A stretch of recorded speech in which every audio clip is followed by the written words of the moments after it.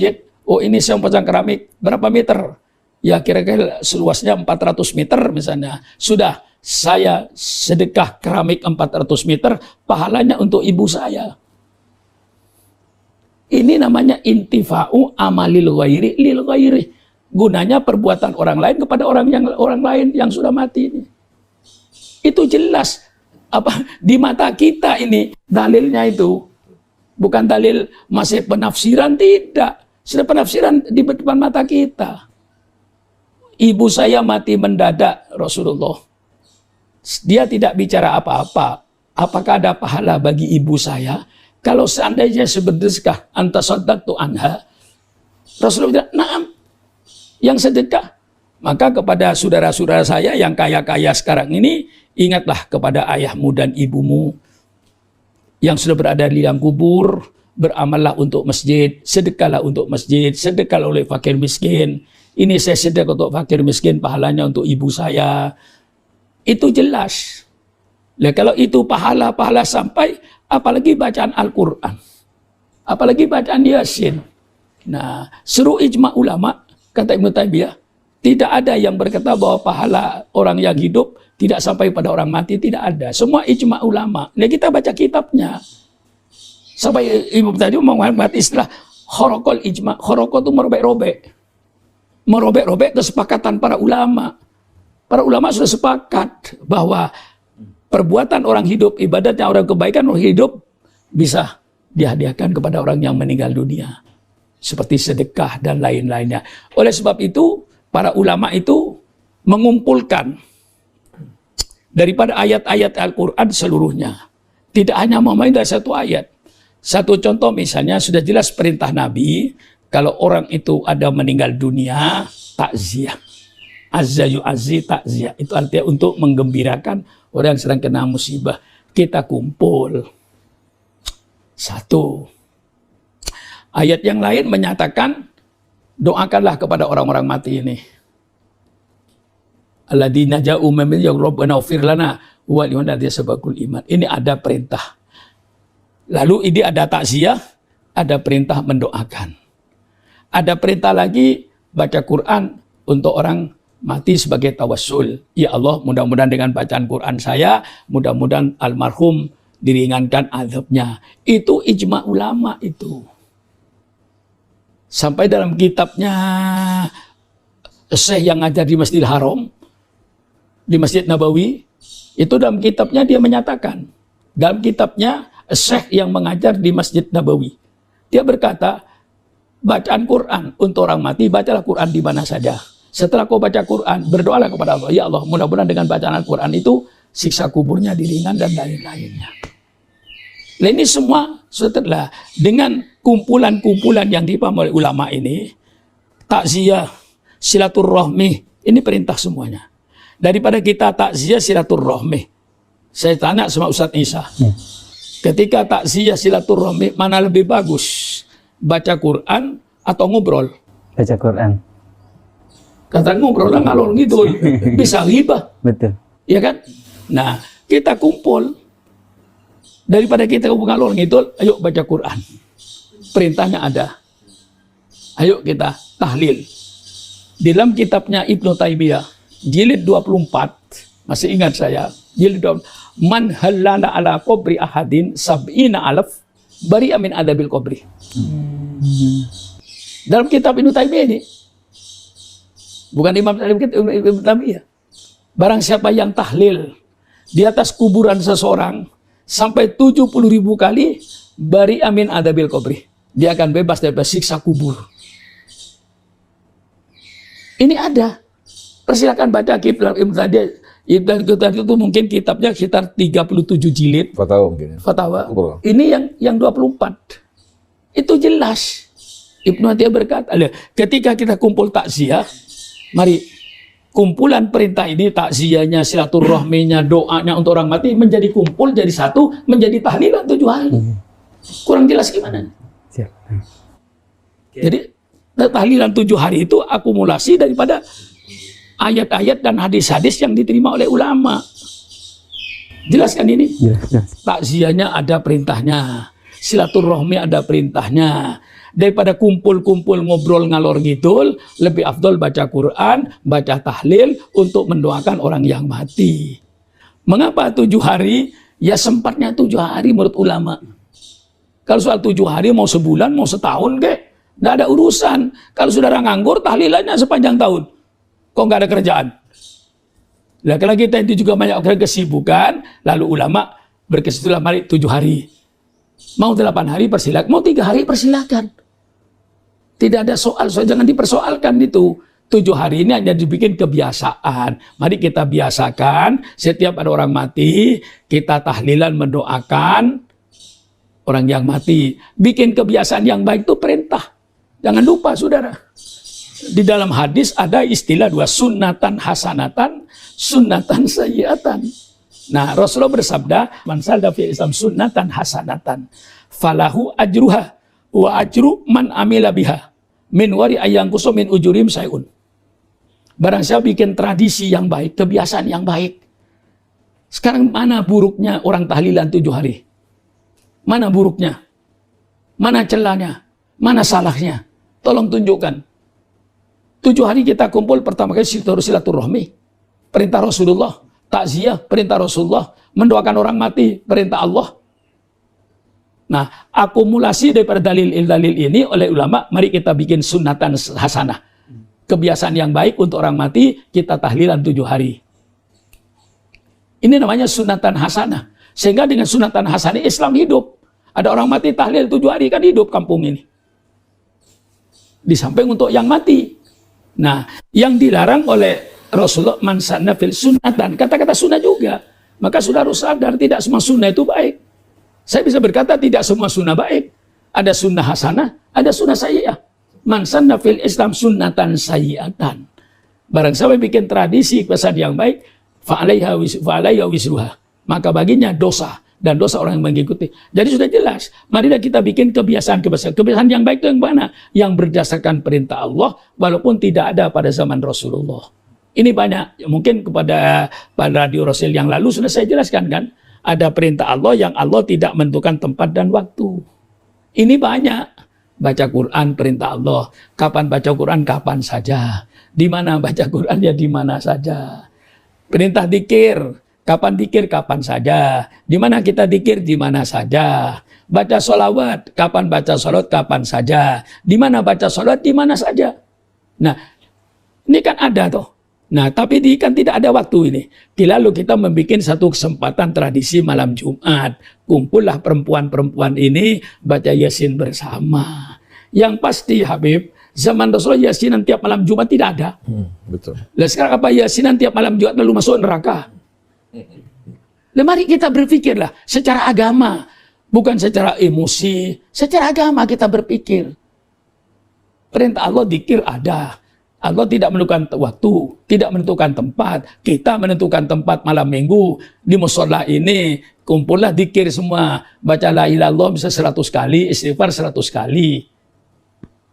Masa orang yang dzikir 100 kali baca istighfar bisa masuk neraka?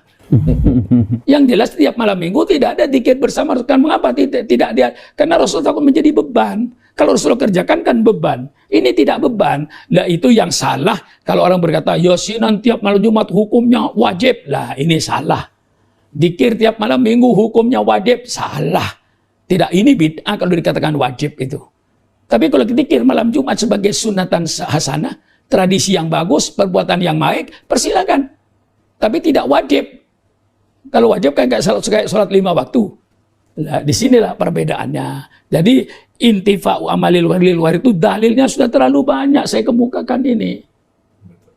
Bahwa manfaatnya perbuatan orang kepada orang lain. Jadi jangan memahami ini dalam apa? Dalam satu ayat yang dibaca dohirnya. Kan dohirnya. Sedangkan ayat itu ada beberapa tafsir, masih banyak penafsirannya. Yang ada ulama yang berkata mansuh, ada yang tidak mansuh, ada yang berkata ini utus untuk kaum Yahudi, kaumnya Nabi Musa, kaum Nabi Muhammad tidak. Nah, itu masih banyak. Nah, kita kelola dari ulama-ulama ini yang mereka mumpuni. Kita ini termasuk Syukuran Makmun ini tidak termasuk orang yang mumpuni agama kalau dibandingkan dengan ulama-ulama yang terdahulu. Kalau kayak saya dibandingkan dengan Imam Syafi'i bukan bandingannya. Kalau Imam saya itu mumpuni, Imam Abu Hanifah itu mumpuni. Quran dari Alhamdulillah sampai Qul Minnas dia paham semua. Jadi kalau dia memberikan fatwa, hadis-hadis mereka banyak yang menguasai. Nah kalau kayak Sukron Makmun, tidak pantas menjadi mufti. Kecuali saya baca kitab seperti ini. Kalau saya baca kitab ini, kitab saya tumpuk depan saya itu. Banyak ini, kitab-kitab itu. Dari Al-Jabilah kami Islam, bagaimana penafsiran Al-Aisyah illa Masa'ah. Semua yang mirip-mirip. Nah disinilah kepada saudara-saudara saya, marilah di dalam Islam ini banyaklah kita berdiskusi sebelum fatwa dilemparkan kepada orang awam. Mari kita para tokoh-tokoh ulama baik dari kelompok Salafiyah datanglah bersama-sama dengan saya. Bagaimana ini Pak Kiai Sukron kedudukannya? Mari kita diskusikan, kita turunkan kitab-kitab ini dari pendapat-pendapat orang yang mumpuni ini. Kita makmum. Nah, insya Allah fatwanya tidak kontroversi. Jangan kita ini yang sudah orang tahlilan bikin kebiasaan 7 hari. Ini semua kita punya dalil, bukan tidak ada dalilnya. Ya dalilnya kita takziah, dalilnya silaturahmi, dalilnya baca Quran, dalilnya mendoakan orang mati.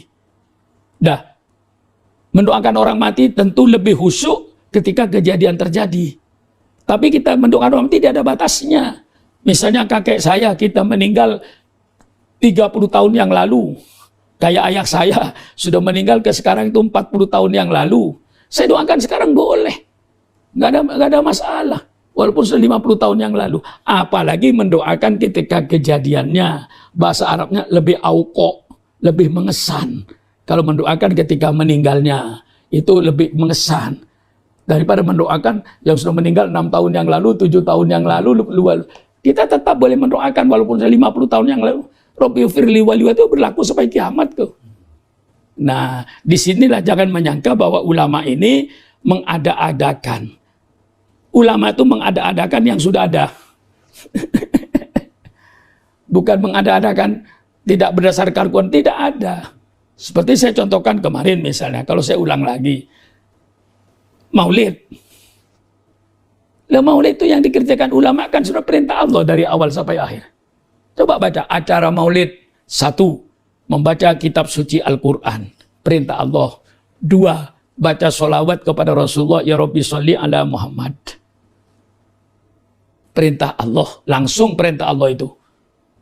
Quran perintah Allah. Sholawat perintah Allah. Yang ketiga, sambutan-sambutan dan ceramah. Itu perintah Allah. Ud'u ila sabili bil hikmati wal mau'izatul hasanah. Tutup dengan doa. Doa juga perintah Allah, Habib. Mana peringatan maulid yang bukan perintah? Tolong carikan. Ada nggak peringatan maulid yang acaranya bukan perintah Allah? Nah, kalau ada, misalnya acara maulid, terus joget laki-laki perempuan, lah jangan saudara, saya pun akan melawan. Kalau itu bertentangan. Tapi maulid yang dikatakan oleh para ulama, para habaib, semuanya di acara awal sampai penutup, doa, itu semuanya kan perintah Allah. Nah, tahlilan juga seperti itu. Semuanya perintah Allah yang dikerjakan di dalam kita tahlilan. Silaturahminya perintah. Ya, takziahnya perintah. Mendoakan orang mati perintah. Apa yang tidak perintah? Cuman kok ditentukan waktunya. Loh, saya tanya, apa ada perbuatan yang tidak terikat dengan waktu? Amal dengan waktu itu jadi satu. Sholat duhur pada waktu duhur ada waktunya. Masa sudah berbuat sesuatu tidak ada waktunya? Nah, mengapa ulama cuma 7 hari? Ya, katakanlah, karena kita banyak pekerjaan, tidak hanya untuk menggembirakan orang mati ini saja. Maka cukuplah dibikin tradisi yang baik, sunatan hasanah, tahlilan 7 hari, untuk menggembirakan orang yang sedang kena musibah, dan mendoakan almarhum yang meninggal dunia, sesuai dengan perintah Allah semuanya. Bagaimana, Habib? Iya, kalau saya baca kitab semua banyak ini. Ya. Ya. Sambil seperti tadi sudah saya baca. Kalau saya takkitkan sudah kurang percaya, saya baca kitabnya ini. Ya, wa an Aisyah radhiyallahu anha rajulan qol lin Nabi sallallahu alaihi wasallam inna ummi uftulitat nafsuha wa uraha law takallamat tasaddaqat fa hal laha min ajrin in tasaddaqtu anha qala na'am muttafaqun alaihi. Ada kitabnya. Cuman karena tadi sudah hafal, cuman saya takut lupa, saya letakkan di samping saya. Tapi ternyata tidak lupa.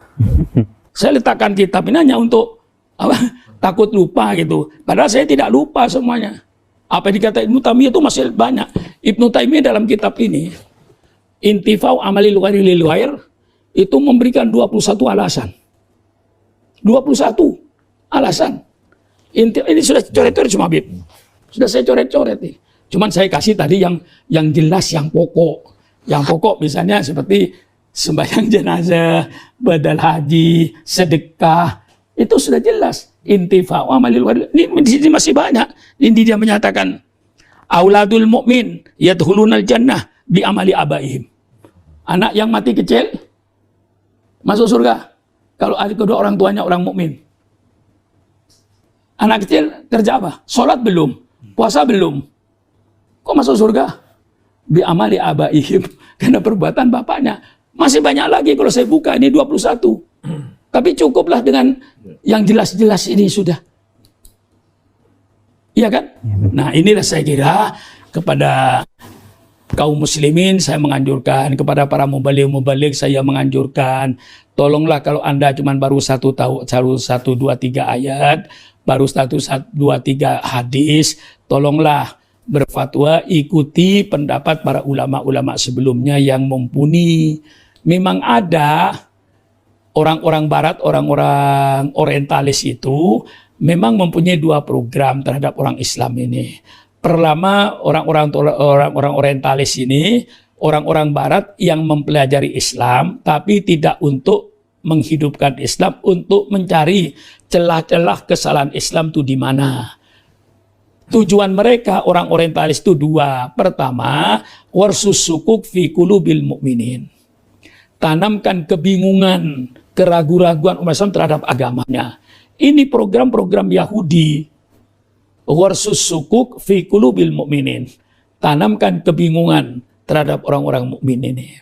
Yang kedua, at-tafriq bainal muslimin. Bikin perpecahan umat Islam. Jangan sampai umat Islam bersatu. Sangat berbahaya. Maka dibikin umat Islam berpecah belah.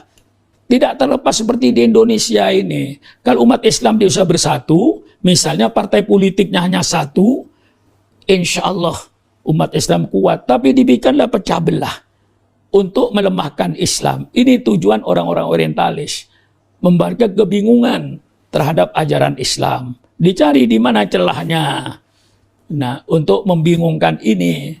Sehingga banyak sekarang orang Islam yang membingungkan dengan fatwa-fatwa tokoh-tokoh Islam sendiri.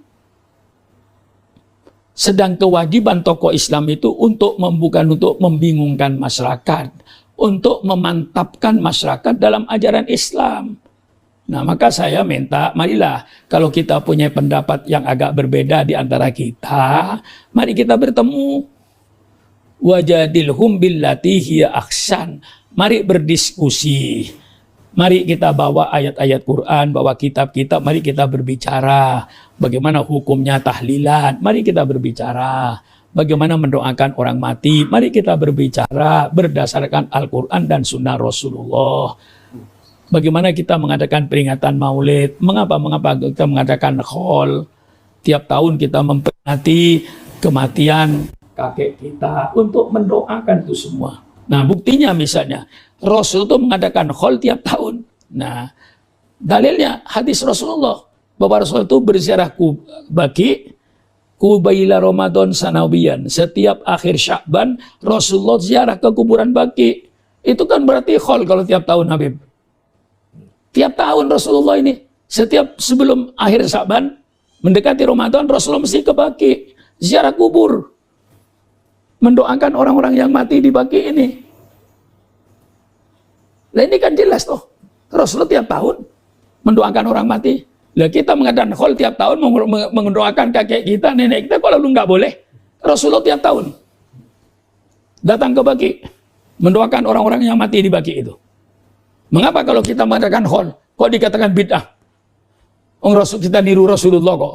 Rasulullah tiap tahun baca dalam hadis. Zaro baki kubaila Ramadan sanawiyan. Berarti Rasulullah mengadakan khol dong. Mengapa Rasulullah mengadakan khol ke baki setiap tahun? Kok tidak dilarang misalnya? Kita mengikuti Rasulullah kok. Rasulullah mengadakan ziarah kubur ke baki setiap tahun akhir Sya'ban. Itu hadis jelas. Nah, lalu kita mengholi kakek kita atau nenek kita setiap tahun tahlilan mendoakan. Kok lalu tidak boleh? Kita mendoakan orang mati itu. Loh, sama Nabi tidak ada. Kalau ada, Nabi Rasulullah tiap akhir Saban kebagi. Itu berarti hol. Dibagi dia berdoa pada orang yang di kuburan. Nah, maka ini kita baca agama ini secara menyeluruh gitu lah. Ini yang sekarang membuat rusak ini ya naudzubillah, karena setiap mubalik hanya tahu 1 hadis, 2 hadis, 3 hadis, tahu 1, 2, 3 ayat, lalu berfatwa sudah kayak ulama besar. Padahal ilmunya jauh. Nah, maka kalau saya lebih baca kitab saya. Kalau baca kitab, baca kitabnya Imam Syafi'i, insya Allah saya tidak keliru. Baca tafsirnya Ibnu Abbas, tafsir ini mereka yang mumpuni. Saya belum berhak untuk menafsirkan Al-Quran. Mengapa? Karena saya tidak menguasai Quran dari alif sampai Z-nya. Saya baru beberapa ayat lah yang kadang-kadang saya baca. Tapi Quran dari Al-Fatihah sampai Quran bin Nas, saya tidak memahami seluruhnya. Kan begitu tuh Habib. Nah, ini yang menjadi masalah. Maka dengan berlandanya Radio Rasil ini saya mengharapkan marilah kita perdalam agama ini. Di samping dengan ijtihad kita, tapi ijtihad kita itu selalu dikaitkan dengan ijtihad para ulama-ulama sebelum kita yang mumpuni. Mereka sekarang dicegah begini, cara agen-agen Yahudi ini merusak Islam di Indonesia. Imam Syafi'i itu lahir pada tahun 150 Hijriah, wafat tahun 204 Hijriah, berarti 1200 tahun yang lalu. Itu pikiran Imam Syafi'i. Masa kita yang hidup sekarang dengan teknologi yang canggih, kita harus mengikuti berpikirnya orang yang 1000 tahun yang lalu. Nah, ini kayak benar. Kayak benar tuh Habib, nggak benar. Kayak benar kan, nggak benar kan? Nah, ini mereka. Nah, kita tidak berpikir bahwa yang namanya kebenaran ini tidak kenal tempat, tidak kenal waktu. Kebenaran itu mutlak. Tidak kenal tempat, tidak kenal waktu. Saya contohnya misalnya, 2 kali 2 sama dengan 4. Sejak kapan Habib? Apa Habib mau ditinjau kembali? 2 kali 2 sama dengan 4 kita tinjau kembali. Itu kan otaknya yang miring. Kebenaran itu tidak kenal tempat, tidak kenal waktu. Tapi mereka membuat supaya kita ini lepas daripada ulama. Itu Imam Syafi'i berpikir 1000 tahun yang lalu. Masa kita yang hidup sekarang ini sudah serba modern, masih mau ikut pemikiran 1000 tahun yang itu, dan kita diajak mundur. Nah, gitulah cara dia untuk menipu kita supaya kita lepas dari ulama. Lalu kita berpikir sendiri yang sesat, tidak mau kepada ulama. Nah, ini cara-cara mereka itu untuk memisah kita dengan ulama. Kalau kita jawab, kebenaran ini tidak kenal tempat, tidak kenal waktu. Dimanapun benar dan kapanpun benar, itulah kebenaran mutlak. Nah, sekarang kalau Anda akan mencela Imam Syafi'i berpikir 100 tahun, 1000 tahun yang lalu, persilakan. Apa yang dilahirkan pemikiran Imam Syafi'i? Ilmu usulil fikih. Itu awwalu ma tu'a ilmu usul fikih al-Imam Syafi'i. Lah, kaidah usul fikih itu apa tidak up to date sampai sekarang? Sekarang misalnya Imam Syafi'i 1000 tahun yang lalu berkata, maslahatul jam'i muqaddam alam maslahatil fardi. Kepentingan umum harus didahulukan daripada kepentingan pribadi. Tidak dilarang kepentingan pribadi dalam Islam, Habib. Bohong kalau dia berkata, saya tidak ada kepentingan pribadi, itu bohong. Kepentingan pribadi diperbolehkan kok oleh Islam. Dengan syarat, kalau bentrokan dengan kepentingan umum yang didahulukan. Pribadinya mundur. Kira-kira kok ide ini masih berlaku nggak kira-kira, Habib? Ini pemikiran masih 1000 tahun yang tahu. Tapi kan bagus tuh. Darul mafasid muqaddam ala jalbil masoleh. Mencegah bahaya itu harus didahulukan daripada mengambil manfaatnya. Pikiran Imam Syafi'i itu, Habib. Alangkah indahnya pikiran ini. Kata Imam Syafi'i, wa idza ta'aradu mafsadatani ru'iya a'dahuma dororon biritika biakhofima. Kalau kau harus mengerjakan 2 bahaya, yang kau tidak bisa menghindarkan dari 2 bahaya ini, kalau bisa hindarkan, tapi kau tidak mungkin, harus mengerjakan salah satunya. Pilih kerjakan yang lebih kecil bahayanya untuk menghindarkan yang lebih besar. Apa ini tidak up to date untuk sekarang? Coba buktikanlah mana pemikiran Imam Syafi'i yang sudah ketinggalan zaman, tolong berikan kepada saya. Ini masih banyak kaidah usul fikih ini, 40 kaidah lebih Imam Syafi'i bikin itu. Kaidah ilmu usulul fikih ini. Yang menjadi rujukan kita. Kok dikatakan, bagaimana kita sudah obat modern, hidup kita lain dengan hidupnya Imam Syafi'i. Masa kita harus ikut pikiran orang yang 1000 tahun yang lalu? Kita mundur. Nah, itulah kata-kata orang sekarang untuk memisahkan ulama dengan pengikutnya. Wah, banyak kalau saya ceritakan yang kebenaran ini. Nah, saya kira cukup sekianlah untuk disiarkan nanti. Sampai ketemu di acara lain gitu. Insya Allah, Ustaz Zain barangkali